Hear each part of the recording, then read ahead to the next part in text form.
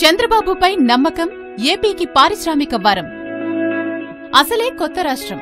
మౌలిక వసతులు, విద్యుత్తు, నీరు, రాయితీలు ఎంతవరకు అందుతాయో తెలీదు. రాష్ట్రంలో పరిస్థితులు సర్దుకోవడానికే సమయం పడుతుంది.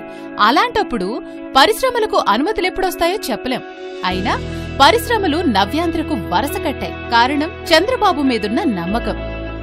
4.5 ఏళ్లలో 15.48 లక్షల కోట్లు పెట్టుబడుల ఒప్పందాలు జరిగాయి. 1.77 లక్షల కోట్లతో 810 పరిశ్రమలు ప్రారంభమయ్యాయి. 2.51 లక్షల మందికి ఉద్యోగం, ఉపాధి లభించింది. మరో 5.27 లక్షల కోట్ల పెట్టుబడులతో 1211 ప్రాజెక్టుల పనులు వివిధ దశల్లో ఉన్నాయి. వీటిలో మరో 7.66 లక్షల మందికి ఉద్యోగావకాశాలు కలగనున్నాయి. పారిశ్రామిక ఉత్పత్తి రంగాల్లో అత్యధిక వృద్ధి రేటును సాధించి సులభతర వాణిజ్యంలో దేశంలో నెంబర్ 1 గా నిలిచింది ఆంధ్రప్రదేశ్. ఇదంతా ఒక్క రోజులోనో, ఒక్క చిటిక వేస్తేనో జరగలేదు. 4.5 సంవత్సరాలు రాత్రింబవళ్లు వచ్చేసాం. దీనికోసం ప్రపంచం అంతా తిరిగాం, చాలా దేశాలు తిరిగాం, దావోస్ రెగ్యులర్గా వెళ్ళాం, అనునిత్యం ప్రమోట్ చేశాం.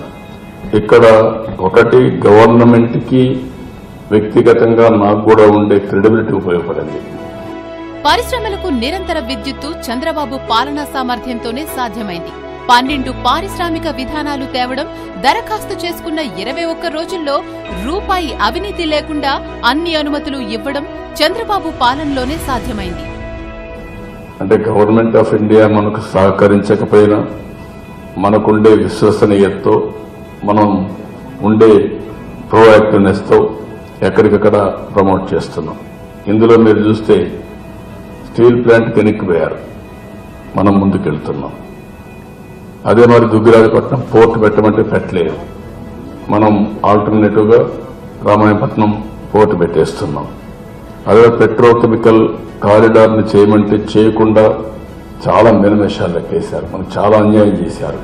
ఇతర రాష్ట్రాలతో పోటీపడి ఒకవైపు ముఖ్యమంత్రి, మరోవైపు మంత్రి లోకేష్ చేసిన ప్రయత్నాల ఫలితంగానే ఈ రోజు రాష్ట్రంలో కియా, హీరో వంటి పరిశ్రమలు వేళ్లూనుకున్నాయి.